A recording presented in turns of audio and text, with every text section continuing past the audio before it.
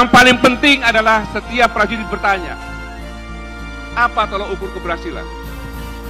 Padahal prajurit bukan itu yang dicari. Tidak bisa menghadirkan TNI dengan cara itu. Karena setiap prajurit TNI, termasuk purnawirawan yang ada di sini, dalam hati nuraninya, dalam pikirannya, bukan mencari harta dan jabatan. Tetapi setiap prajurit TNI yang dicari adalah kapan dan bagaimana supaya saya bisa jadi pahlawan.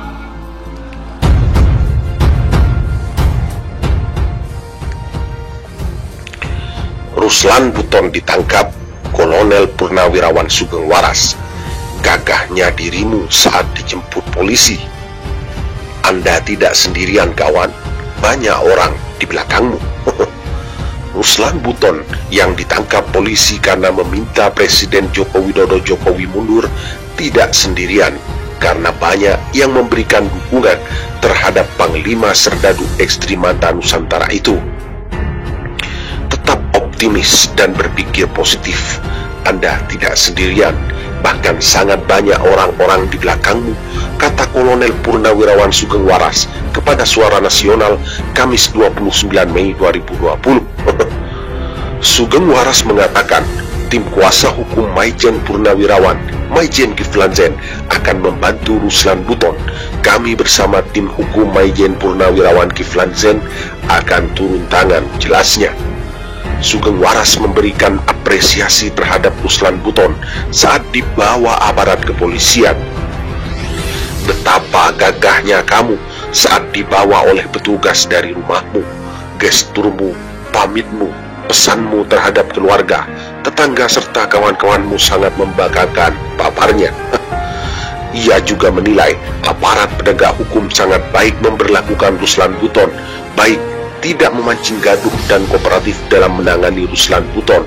Semoga sikap kooperatif ini terus terjaga hingga selesai proses tindakan-tindakan selanjutnya, jelasnya.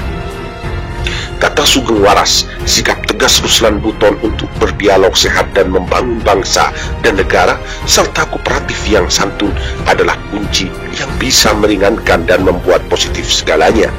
Saya beserta teman-teman seperjuangan akan terus melekat dan memantaumu. Semoga proses berjalan lancar dan sesuai harapan, pungkasnya. Dengan banyaknya purnawirawan TNI di belakang Ruslan Buton, ini membuktikan bahwa apa yang dikatakan Ruslan Buton adalah hal kebenaran, dan para purnawirawan TNI membenarkan itu. Ruslan Buton adalah sosok orang yang tegas dan berani menyampaikan pendapatnya. Yang salah adalah salah, yang benar adalah benar. Bagaimana tanggapan Anda? Anda sendiri yang mampu menjawabnya. Kami hanya bisa memberitakan menembus batas Indonesia. Yang paling penting adalah setiap prajurit bertanya, apa tolak ukur keberhasilan? Padahal prajurit bukan itu yang dicari. Tidak bisa menghadirkan TNI dengan cara itu. Karena setiap prajurit TNI, termasuk purnawirawan yang ada di sini, dalam hati nuraninya, dalam pikirannya, bukan mencari harta dan jabatan. Tetapi setiap prajurit TNI yang dicari adalah kapan dan bagaimana supaya saya bisa jadi pahlawan. Sejarah perjuangan bangsa sekarang dihilangkan, Pak. Artinya generasi kita muda sekarang ini sudah tidak tahu sejarah, Pak. Mereka sudah tahu PKI itu masa bodoh, nggak berbahaya. Bagi saya sangat membahayakan. Ancaman PKI, saya bercerita sedikit, Pak. Apakah para pekerja Cina, TKA Cina yang masuk ini bukan merupakan ancaman, Pak? Saya dari Ternate, Pak. Saya dinas terakhir sebagai komandan kompi di Satuan 732 Raider di Ternate.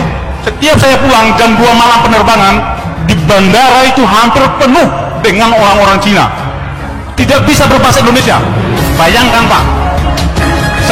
Saya contohkan satu. Sebentar, Pak. Ini menyangkut kedaulatan negara, Pak. Ya, ini kan Pak. Ya. Sudah setengah 2 ini. Betul. Sedikit saya minta waktunya, Pak. Ini menyangkut kedaulatan bangsa dan negara. Jadi saya ada kasus ketika saya melaksanakan satgas di Pulau Taliabu. Di situ ada kelompok Cina yang banyak sekali.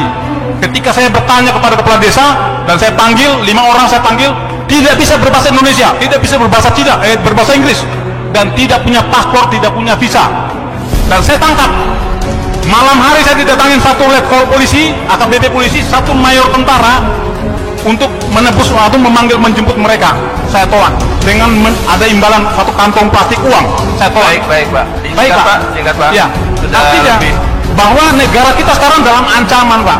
Negara kita dalam ancaman. Jadi saya mohon harus ada ketegasan dari pemerintah, baik Bapak Fadli, mungkin dibikin dalam bentuk MPR agar komunis itu tidak boleh Saya melihat tata kelola berbangsa dan bernegara yang begitu sulit dicerna akal sehat untuk dipahami oleh siapapun. Kebijakan-kebijakan saudara selalu melukai dan merugikan kepentingan rakyat, bangsa dan negara.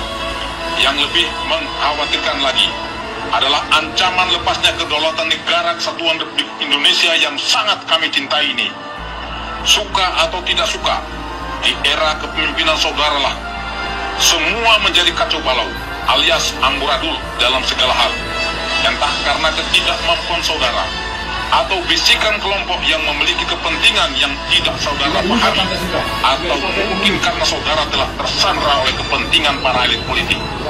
Di sini saya tidak akan memaparkan kebijakan-kebijakan saudara yang lebih banyak merugikan rakyat, bangsa dan negara sebagai bentuk etika komunikasi saya terhadap saudara yang kebetulan menjabat sebagai Presiden Republik Indonesia. Saudara Joko Widodo yang saya hormati, semua sistem yang berlaku di negeri ini bagaikan benang kusut yang sangat sulit untuk dirajut kembali. Oleh karenanya, dengan bahasa yang sangat sederhana ini, saya memohon dengan hormat agar saudara dengan tulus dan ikhlas secara sadar untuk mengundurkan diri dari jabatan saudara sebagai Presiden Republik Indonesia. Hal ini perlu dilakukan demi kepentingan bangsa untuk menyelamatkan negara kesatuan Republik Indonesia sebelum kedaulatan negara benar-benar runtuh dan dikuasai asing, terutama Cina komunis. Saya tahu ini adalah pilihan sulit, namun merupakan pilihan terbaik. Saudara seorang negarawan yang pastinya ingin membangun negeri ini, namun harus jujur saya katakan bahwa saudara belum memiliki banyak kemampuan untuk membangun bangsa yang besar ini berdasarkan amanat Undang-Undang Dasar 1945, sehingga terjadilah kebijakan-kebijakan yang menjadi blunder politik yang sangat merugikan rakyat, bangsa dan negara.